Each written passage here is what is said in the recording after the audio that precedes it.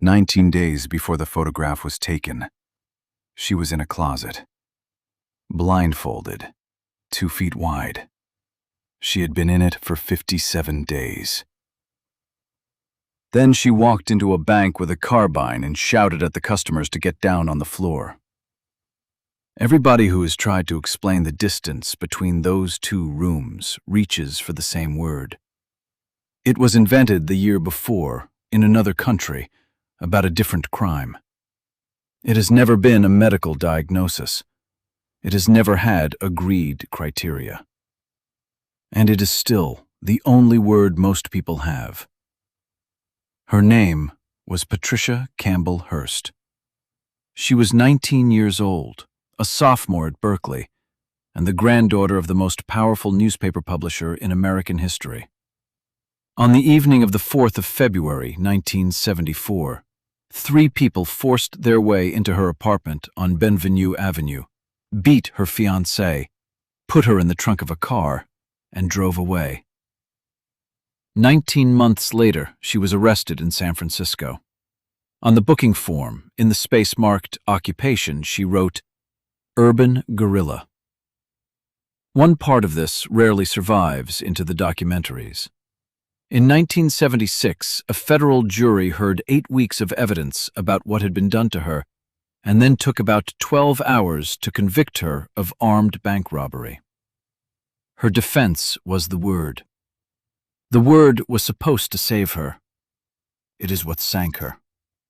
Because when you tell 12 ordinary Americans that a young woman's mind was taken over, that something was done inside her skull that made her a different person, you are asking them to believe in something that sounds like a film. And when the prosecution stands up and says, gently, that no such thing exists, and that what you are looking at is simply a young woman who picked up a rifle, the jury believes the prosecution. Because the prosecution is right about the science and wrong about the woman.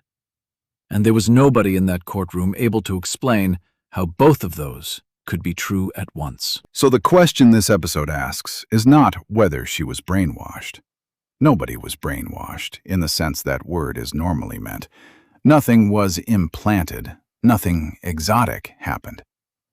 The question is what happened instead. And the answer is a mechanism that requires no magic at all, that was documented in the scientific literature more than a decade before she was taken, and that is running in a smaller and slower form in a large number of ordinary lives right now.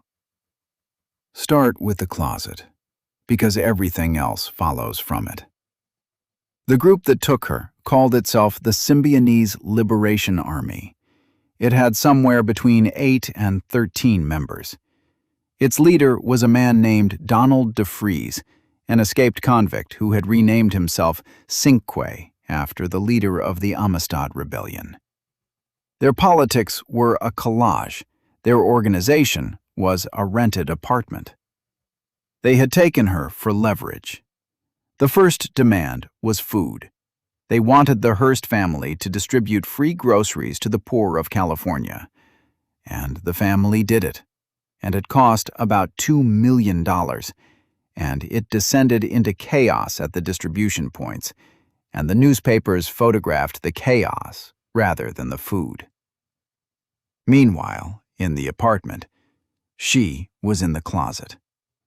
She was there, by her account and by the group's own tapes, for 57 days, blindfolded for most of it, taken out to be interrogated, to be lectured on politics for hours at a time. The record is explicit that she was sexually assaulted, and this episode is not going to linger on it beyond saying that the record contains it. And she was told, continuously, one thing that turns out to be the load-bearing element in the entire story.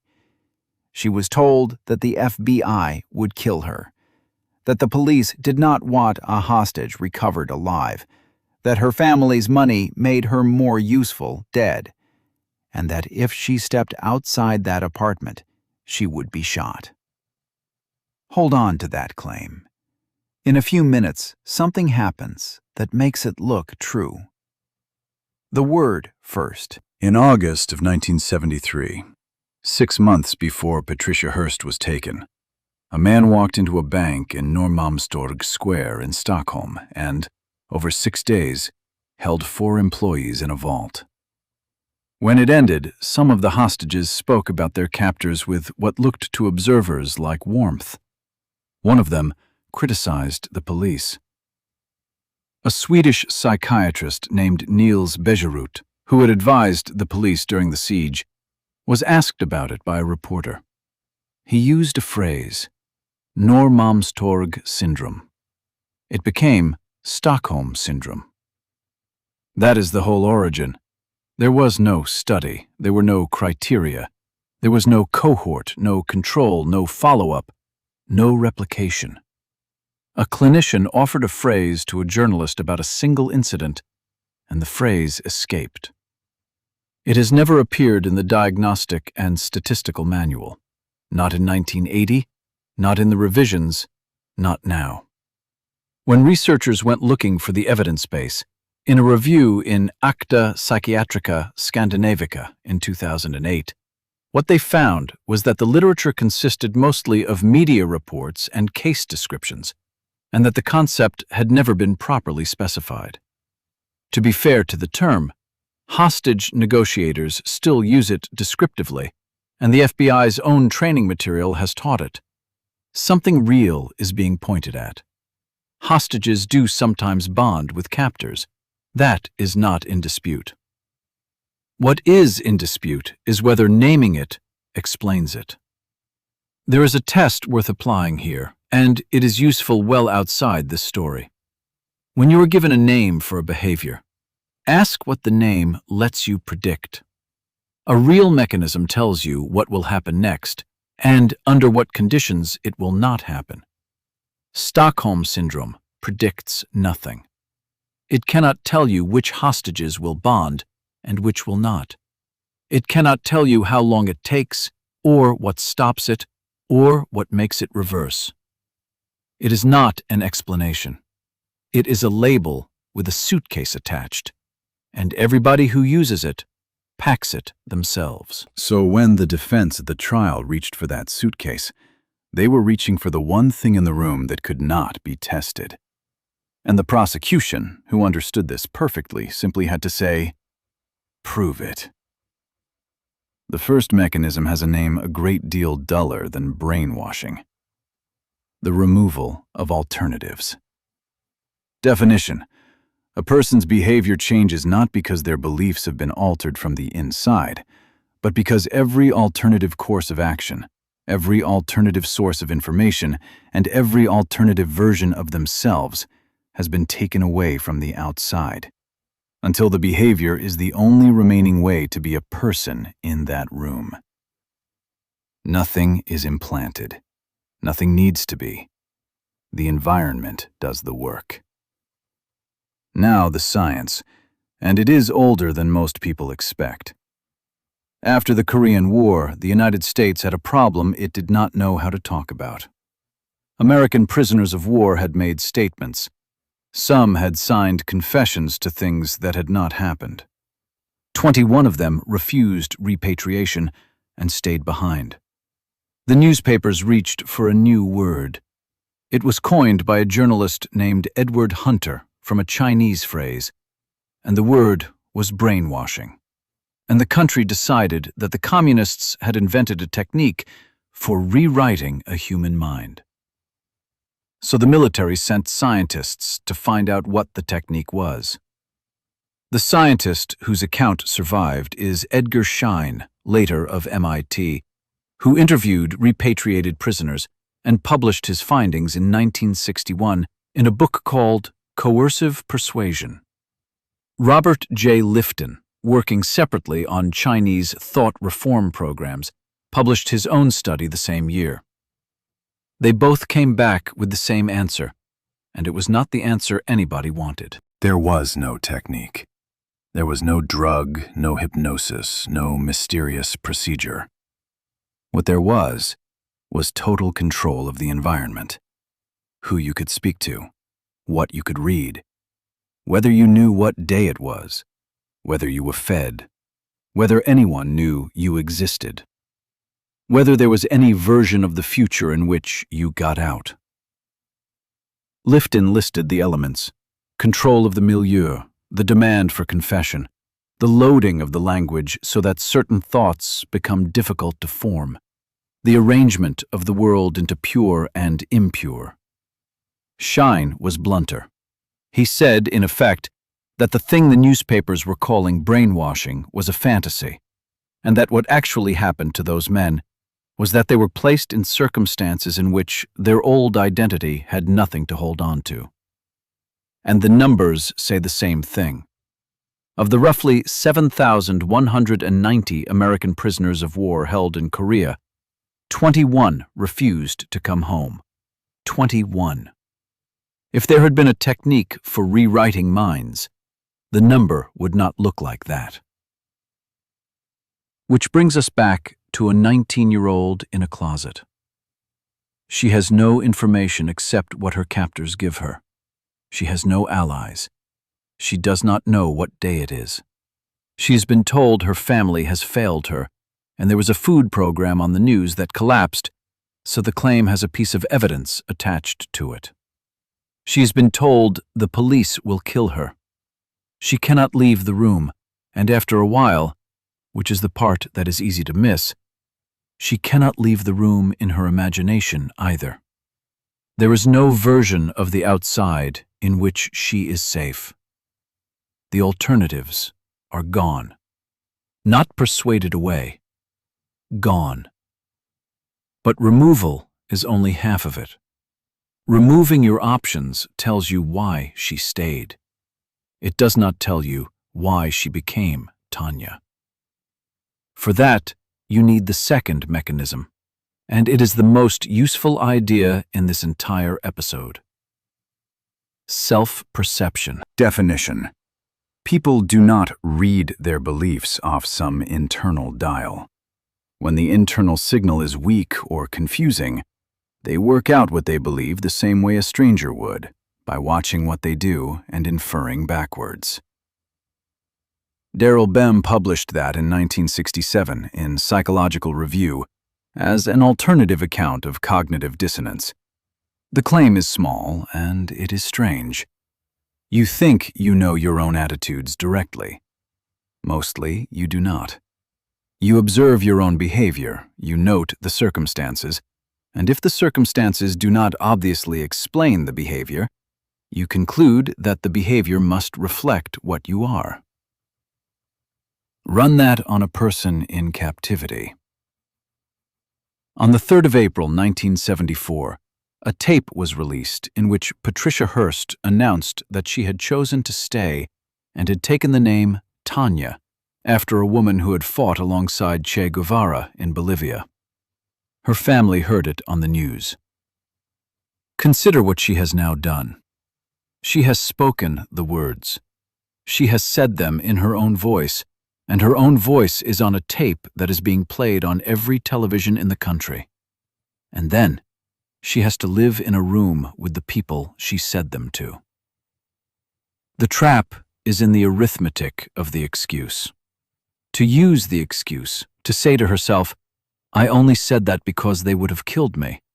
She has to hold on to the knowledge of her own coercion every hour of every day, alone, with nobody to confirm it, surrounded by people who behave as though her conversion were sincere and welcome. The alternative explanation is cheaper. The alternative explanation is, "I said it because I meant it."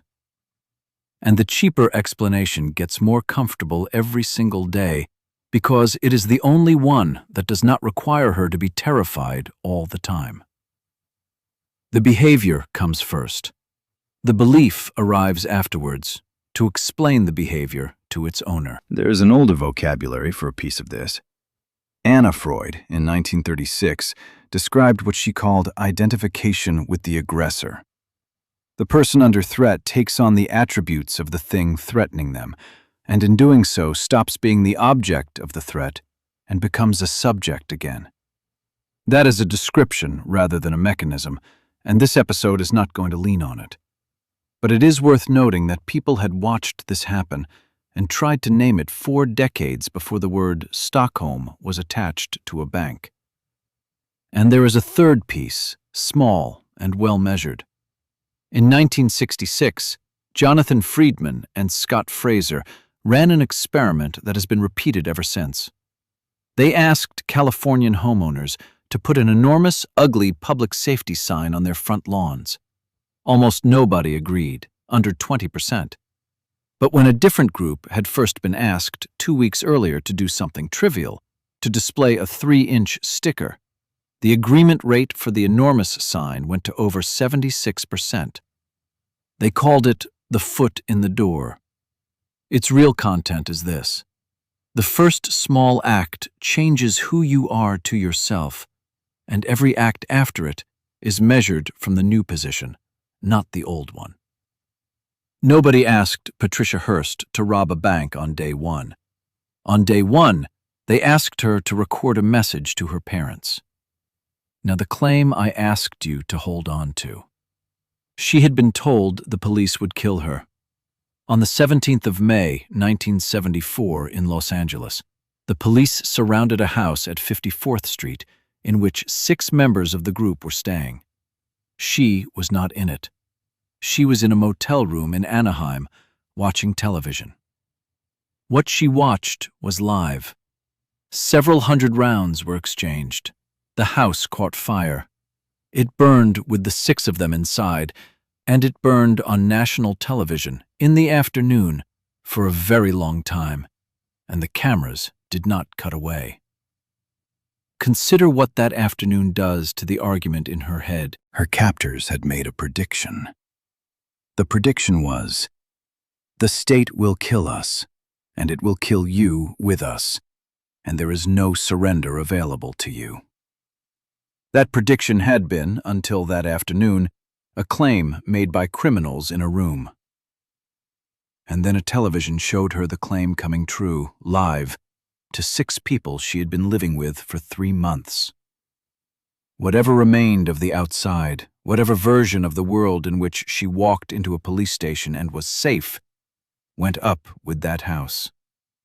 She was not persuaded on the 17th of May. She was shown. She stayed at large for another 16 months. She was in the getaway car at a bank robbery in Carmichael, in which a customer, a woman named Myrna Opsahl, was shot and killed. She fired a weapon on a street in Los Angeles to cover a comrade. These are not the acts of a person being dragged along, and the script is not going to pretend otherwise. They are the acts of a person for whom the group had become the only remaining world. By the time she was arrested on the 18th of September, 1975, she weighed under 100 pounds and gave her occupation as urban guerrilla. Within weeks, in custody, with lawyers, with her family in the room, the picture began to move back. Her own account, and her defense's account, is that the conversion started to come apart almost as soon as the environment did. That is the tell. A belief that requires a particular room in order to survive was never a belief in the ordinary sense. It was a position in a structure. The trial began in January of 1976. Her lawyer was F. Lee Bailey, the most famous defense attorney in America. The defense called experts, including Louis Jolyon West and Martin Orne, one of the most careful researchers on suggestion and hypnosis then alive. The case they tried to make was, in substance, correct. This young woman had been held, isolated, assaulted, threatened, and had been placed in conditions under which the acts followed. But it had to be said in a courtroom, out loud, in front of 12 people, in the vocabulary that was available in 1976. And that vocabulary was, her mind was taken over. Watch what that does. The moment the defense claims a mind was taken over, 3 things happen at once, and all 3 of them are fatal. First, it becomes unfalsifiable, which sounds like a strength and is a catastrophe. If every piece of her behavior is explained by the takeover, then nothing she did can count as evidence against it, and a jury feels the shape of that immediately, even if they cannot name it. People do not trust an argument that cannot lose. Second, it invites the prosecution to do the easiest thing in law, which is to point at the tape and the photograph and say, "Look at her. That is not somebody being dragged. That is a young woman standing in a bank with a carbine, shouting orders, and she had opportunities to run, and she did not take them." And third, and this is the one that mattered, it made her exceptional. It said, something happened to this person that does not happen to you. And when you tell a jury that, you have removed the only route to acquittal that ever really works, which is for 12 people to look at a defendant and think quietly, "I do not know that I would have done differently." The jury took about 12 hours. On the 20th of March, 1976, they convicted her of armed bank robbery and use of a firearm. She was sentenced to 7 years. She served 22 months. President Carter commuted the sentence in 1979. 22 years after that, on his last day in office in 2001, President Clinton issued a full pardon. 2 presidents from 2 parties looked at that record and concluded that something about it was not ordinary criminality. Neither of them had a word for it either. This is the point at which the story stops being about 1974. The reason the word matters, and the reason it is worth 20 minutes to take a piece of pop psychology apart, is that a magic word makes a mechanism invisible. If what happened to Patricia Hearst was a syndrome, an exotic event, a thing that happens to kidnapped heiresses, then you can watch this and feel nothing but interest. If what happened to her was the removal of alternatives plus self-perception, then it is not exotic at all. It is a machine with 2 moving parts, and both parts are standard equipment in a human being. The removal of alternatives does not require a closet. It requires only that the exits stop being real. A visa that belongs to an employer, a job in a town with one industry, a relationship in which the finances, the friendships, and the housing were consolidated so gradually that no single step was the step. An organization that made itself the source of the information by which you would judge the organization. And self-perception does not require a carbine. It requires only that you did something, and that the reason you did it is starting to feel too uncomfortable to keep carrying. So you put it down, and you pick up the cheaper explanation, which is that you did it because it is who you are. So the useful question is not, what do I believe?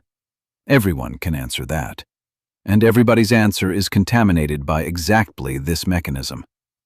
The useful question is the one this case keeps handing back. What would it cost me to leave? And when did that cost get so high? Not, am I free to go? Almost everybody is technically free to go. The question is, what has been arranged around you such that going is not a thing you can picture? And one more, because it is the one the trial should have asked. When you find yourself explaining your own behavior, notice whether the explanation is the true one or the comfortable one. They feel identical from the inside. That is the entire problem. The true one usually costs something to hold. The comfortable one costs nothing, and it gets cheaper every day you keep it. Patricia Hearst was pardoned in 2001. She is alive. She has spent 50 years being explained by people who were not there. The photograph is still the first thing anyone sees. A 19-year-old in a beret in a bank looking at the camera. Everybody looks at that picture and asks what was done to her mind. Nothing was done to her mind. That is the finding. Nothing exotic, nothing implanted, nothing that required a technique nobody has ever demonstrated in a laboratory. They took away every other way for her to be a person, and then they waited. And she did what a person does. She looked at her own behavior and worked out who she must be. The word we invented to describe her has protected us from that for 50 years, because a syndrome is something that happens to somebody else.